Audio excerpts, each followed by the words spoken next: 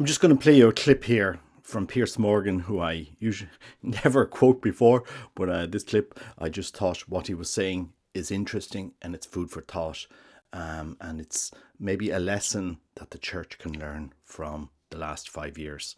He's very skeptical, as many people are, about the COVID vaccines, particularly the mRNA vaccines. I was with, for what it's worth, one of the top cancer experts in Britain for lunch a couple of days ago, who was utterly scathing about the long-term impact of the mRNA vaccines, Pfizer and Moderna, and says that they're reaping a whirlwind in the world of cancer, for example, as a result of the vaccines. Not to say that I personally believe they saved many lives, but did we have enough time to examine the potential consequences? Almost certainly not.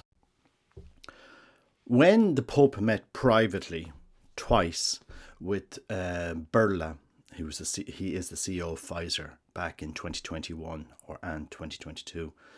And then he opened up Vatican property to actually administer that treatment to people that wanted it in Rome. The Pope moved from issuing guidelines during the pandemic to actually implementing a specific pharmaceutical product in his country, which he did.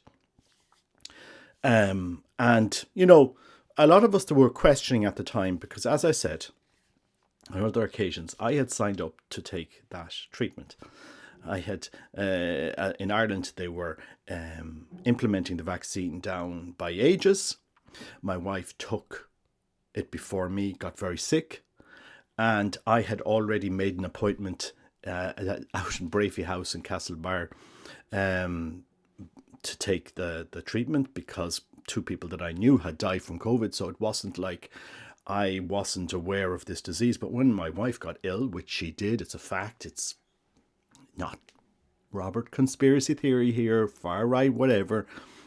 She took it, she got sick. And when you take a medication and you get sick, you need to question what is going on. If you took an antibiotic and you get sick, like my son did once and came out all in a rash, the doctor will say, well, he's an allergy to that medication, you don't give it to him again. And simple as. So you can take a medication, you get sick, you're probably not going to take it again. But during the pandemic, people were taking the medication, they were getting sick, and they were going back and taking the medication again. Guys, it didn't make sense. On a logical level, it didn't make sense. And for somebody that, you know, was reading all of the reports, I was reading what the Vatican was saying, I was reading the different reports, and I was looking what happened to my wife and my brother, actually. He took the AstraZeneca one, the first dose. The AstraZeneca didn't feel well after it either. And we're saying, okay, guys, what's going on here? Like, what's going on here? If you're taking medication, and she was losing her hearing, and she was a big bruise here. And so I had to question, hold on, Holy Father, you've pushed this medication. What are the long-term consequences? We all asked the same question back in 2021, 22. Can somebody tell us what are the long-term consequences? I think it's kind of, without getting into the religious debate on this, just on the ordinary level, what are the long-term consequences? If we go back and we remember the swine flu vaccination, there are several children around Ireland that took it and ended up with narcolepsy. Now that is proven. That happened. That's not conspiracy. And yet we were labelled anti-this, conspiracy, right wing, blah, blah, blah, blah, blah. Do people get what I'm talking about? And I really do think that this will be the downfall of Pope Francis, his legacy. If what Piers Morgan is saying is true, that the church pushed something that destroyed the lives of so many people, if it turns out to be true. I mean, I'm looking around at people seeing that I know that have got cancers and died very quickly, that are younger than me at the moment. And I suppose this is anecdotal. We need science, we need data, We need to know the facts here, guys. And so it would be good if we saw those. But the reality is, as we've already seen, every medication that comes to market has side effects. And so what are the side effects? What is the surveillance? And we don't, it was very smoke and mirrors.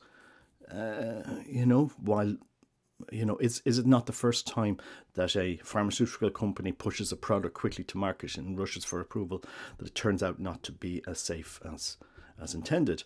In America, there is a pharmaceutical company called Purdue, and they produced a medication called OxyContin, a painkiller, which turned out to be a narcotic, legalized narcotic at the end of the day, causing a lot of people to get addicted to this medication. You wouldn't get it in Ireland, but over in America they had sales reps recommending it to doctors, doctors prescribing it, and people getting addicted. And the pharmaceutical, there has to be checks and balances to the pharmaceutical industry. And so when the Pope so heavily pushed, promoted, backed this, people have to ask, guys, what's going on here? Instead of the church guiding us, giving guidelines and stepping back and let people make their own decisions ethically, morally. No, the Pope sided with one industry, one person, meeting with their CEO, opening his country to distribute his product, etc. Do people understand how problematic this is? And nobody cried stop to the Holy Father. Now, I'm giving this message in good faith so that cardinals learn, bishops learn. You tied your fate to this product. You recommended it. You said to your priest to take it, etc., etc.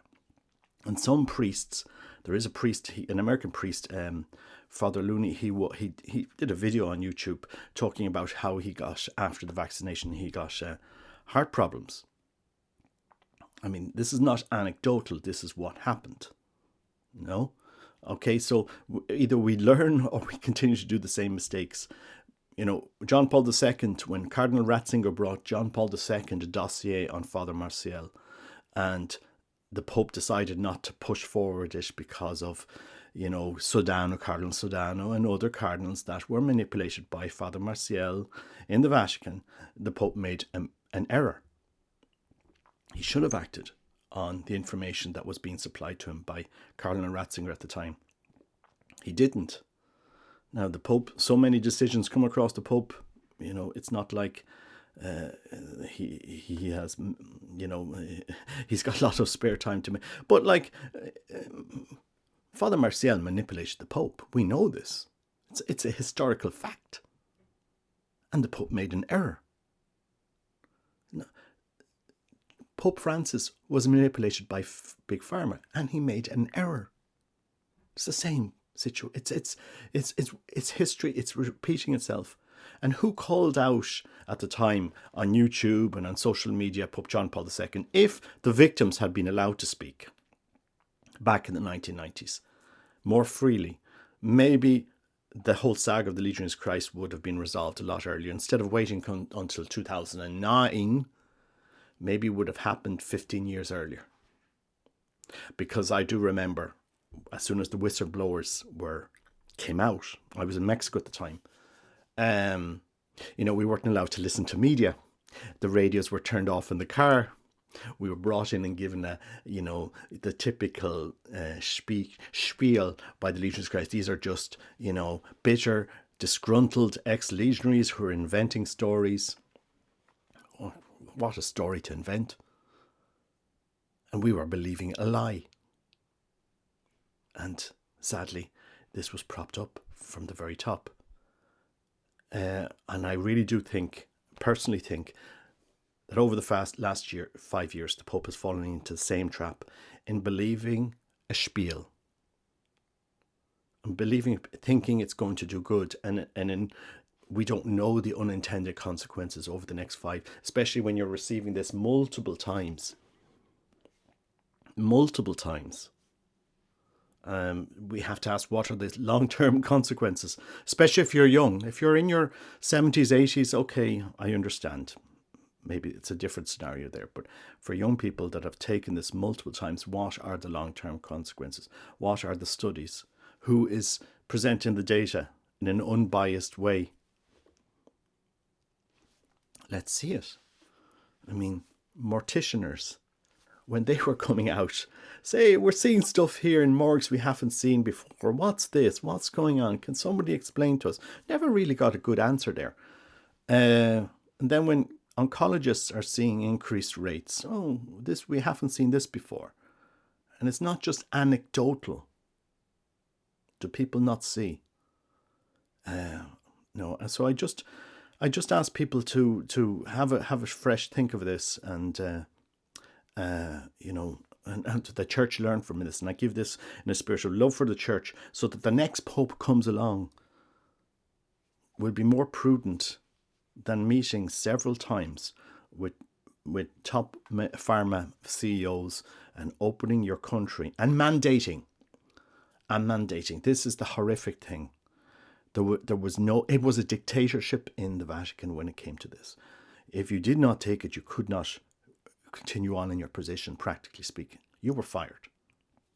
Like the 3 Swiss guards who refused to take the treatment, they were fired. It was a medical dictatorship. We have to call it out for what it was. We moved from guidelines to dictatorship, especially in Italy. People were fined. Know this. People who didn't want to take it and say, well, look, if I don't take it, I can't work, and I can't do this, and I can't do that. That's called a medical dictatorship. That really is. Has to be called out.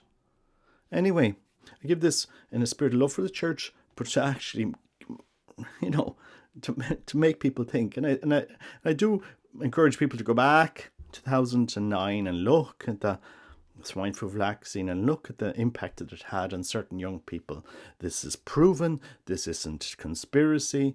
The treatment had long-term side effects, lifelong side effects. What is going to happen with this novel, completely new treatment, never before used by humanity?